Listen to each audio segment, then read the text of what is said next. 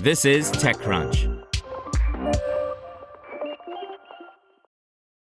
As of Sunday in the European Union, the bloc's regulators can ban the use of AI systems they deem to pose unacceptable risk or harm. February 2nd is the first compliance deadline for the EU's AI Act, the comprehensive AI regulatory framework that the European Parliament finally approved last March after years of development. The act officially went into force August 1st. What's now following is the first of the compliance deadlines.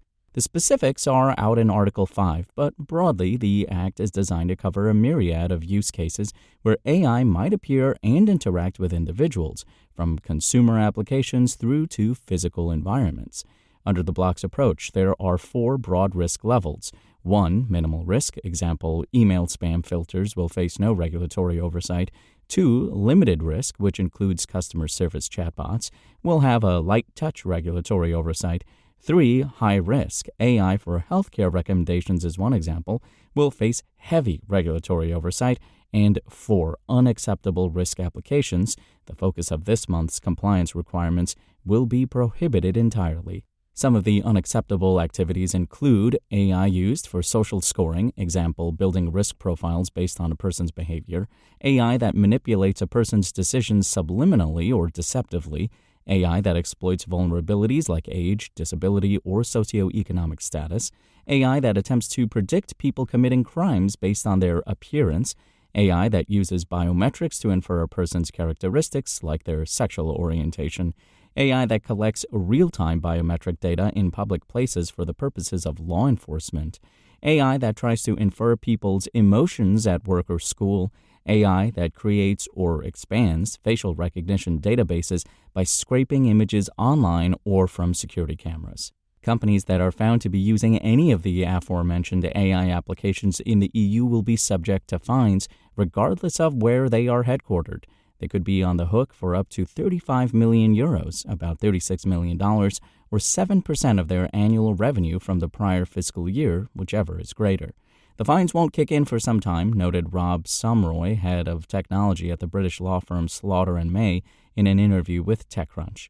Organizations are expected to be fully compliant by February 2nd, but the next big deadline that companies need to be aware of is in August, Sumroy said. By then, we'll know who the competent authorities are, and the fines and enforcement provisions will take effect. The February 2nd deadline is in some ways a formality. Last September, over 100 companies signed the EU AI Pact, a voluntary pledge, to start applying the principles of the AI Act ahead of its entry into application. As part of the pact, signatories, which included Amazon, Google, and OpenAI, committed to identifying AI systems likely to be categorized as high risk under the AI Act. Some tech giants, notably Meta and Apple, skipped the pact. French AI startup Mistral, one of the AI Act's harshest critics, also opted not to sign.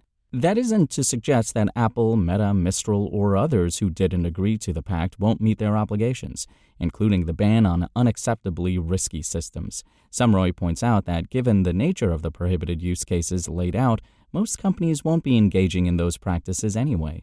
For organizations, a key concern around the EU AI Act is whether clear guidelines, standards, and codes of conduct will arrive in time, and crucially, whether they will provide organizations with clarity on compliance, Sumroy said. However, the working groups are, so far, meeting their deadlines on the code of conduct for developers.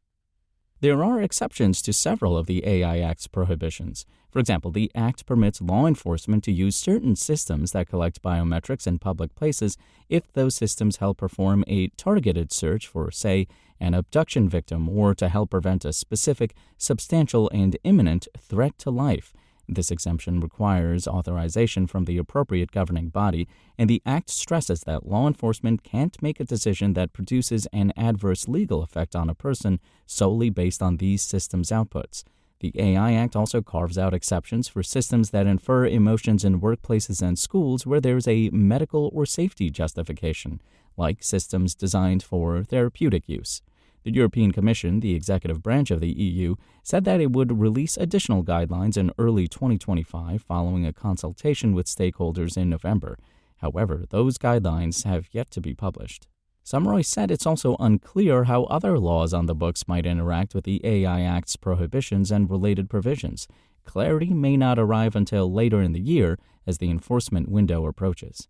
It's important for organizations to remember that AI regulation doesn't exist in isolation, Sumroy said.